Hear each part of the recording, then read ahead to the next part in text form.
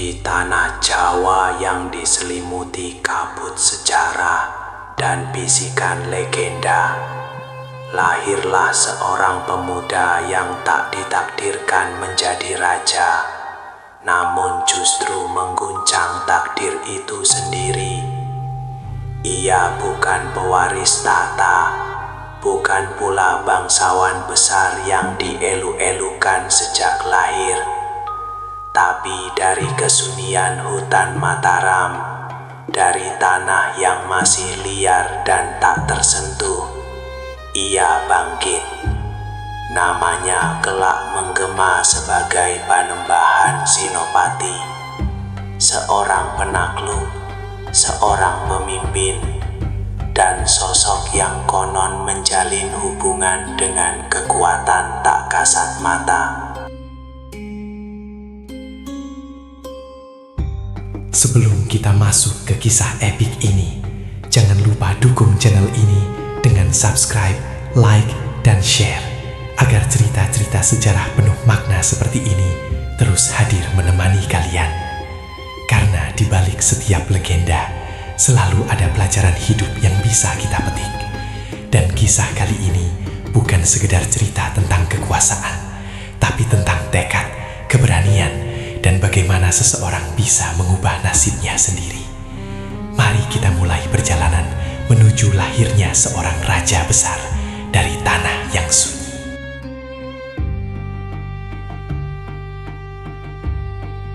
Di sebuah masa, ketika Jawa masih dipenuhi kerajaan-kerajaan yang saling berebut pengaruh, hiduplah seorang anak bernama Danang Sutawijaya.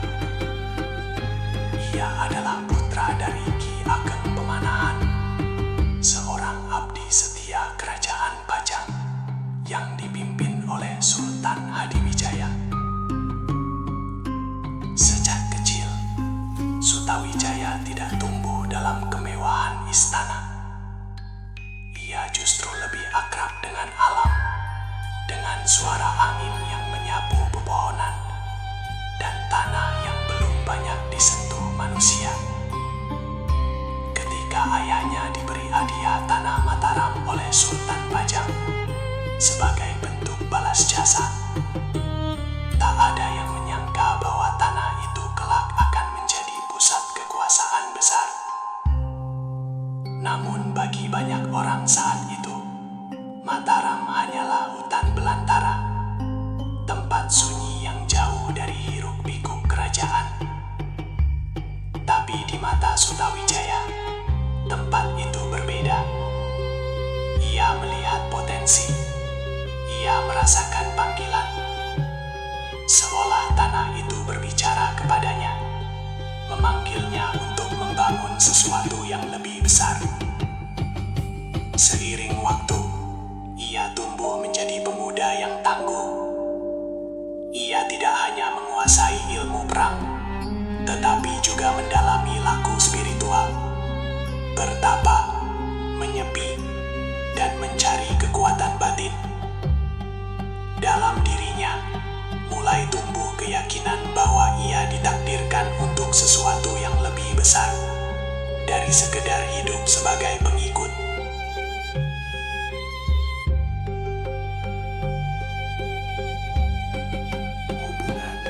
Sutawijaya dan kerajaan Pajang awalnya berjalan baik. Ia bahkan dianggap sebagai anak angkat oleh Sultan Hadiwijaya.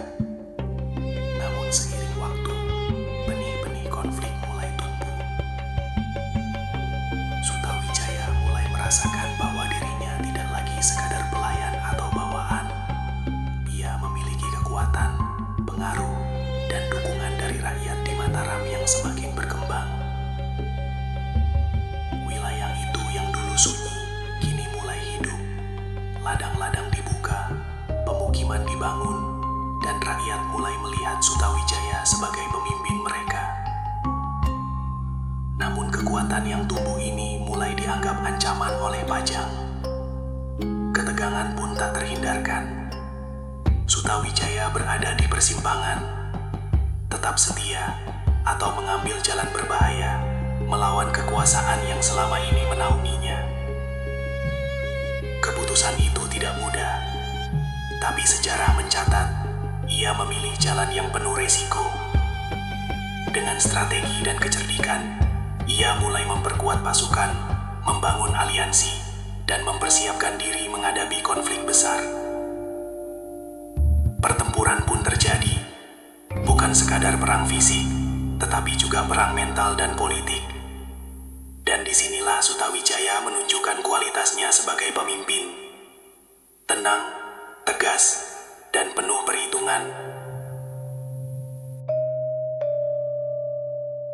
Namun ada sisi lain dari kisah ini yang membuatnya berbeda dari sekadar cerita perang biasa.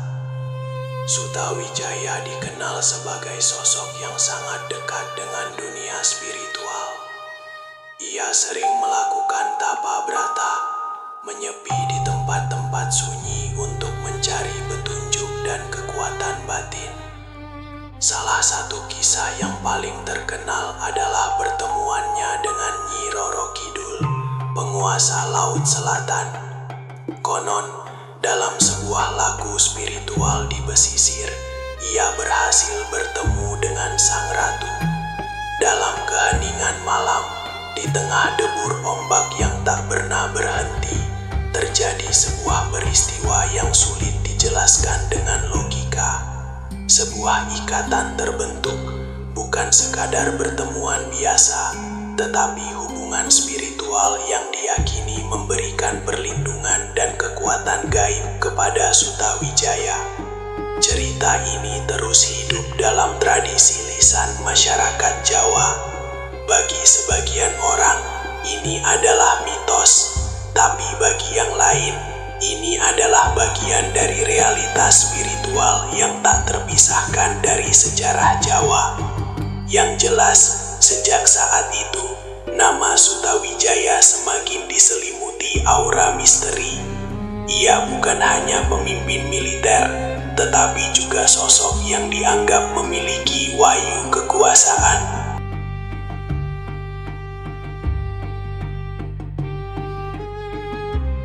Setelah melalui berbagai konflik dan perjuangan panjang, akhirnya Sutawijaya berhasil mengalahkan kekuasaan Pajang.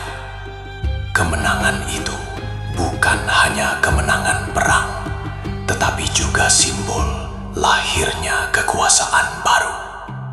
Ia kemudian mengambil gelar Panembahan Senopati ing Alaga Sayyidin Panatagama, sebuah gelar yang mencerminkan perannya sebagai pemimpin perang sekaligus penjaga tatanan agama. Di bawah kepemimpinannya, Kesultanan Mataram mulai berkembang pesat. Wilayah demi wilayah berhasil ditaklukkan. Pengaruhnya meluas dan Mataram menjadi kekuatan baru yang disegani di Jawa.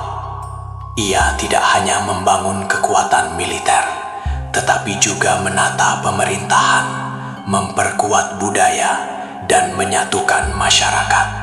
Mataram bukan sekedar kerajaan, ia menjadi simbol kebangkitan kekuatan lokal yang mandiri. Namun perjalanan ini tidak pernah mudah. Tantangan terus datang, baik dari dalam maupun luar. Tapi Senopati terus melangkah, seolah tak pernah ragu dengan jalannya. Waktu terus berjalan, dan masa kepemimpinan Panembahan Senopati perlahan mendekati akhir. Namun apa yang ia bangun tidak berhenti bersamanya. Ia telah meletakkan fondasi yang kokoh bagi generasi berikutnya. Kerajaan Mataram yang ia dirikan kelak mencapai puncak kejayaan di masa Sultan Agung. Warisannya bukan hanya wilayah atau kekuasaan, tetapi juga identitas. Ia menggabungkan kekuatan militer, spiritualitas Jawa, dan nilai-nilai kepemimpinan yang kuat. Hingga kini, namanya tetap dikenang, tidak hanya sebagai raja pertama Mataram, tetapi sebagai simbol keberanian untuk melampaui batas yang ada. Kisahnya menjadi inspirasi bahwa bahkan dari tempat yang paling sunyi sekalipun bisa lahir sosok yang mengubah sejarah. Kisah Panembahan Senopati adalah bukti bahwa takdir bukan sesuatu yang harus diterima begitu saja, tetapi bisa diperjuangkan, dibentuk, bahkan ditaklukkan. Dari seorang pemuda di tanah sepi, ia menjelma menjadi pendiri kerajaan besar yang mengubah arah sejarah Jawa. Di balik kisah ini tersimpan pelajaran tentang keberanian, kesabaran, dan keyakinan pada jalan yang dipilih. Entah kita melihatnya sebagai sejarah, legenda, atau perpaduan keduanya, satu hal yang pasti, namanya akan selalu hidup dalam ingatan. Dan mungkin dalam setiap langkah kita mengejar mimpi, ada sedikit jejak semangat Senopati yang ikut berjalan bersama.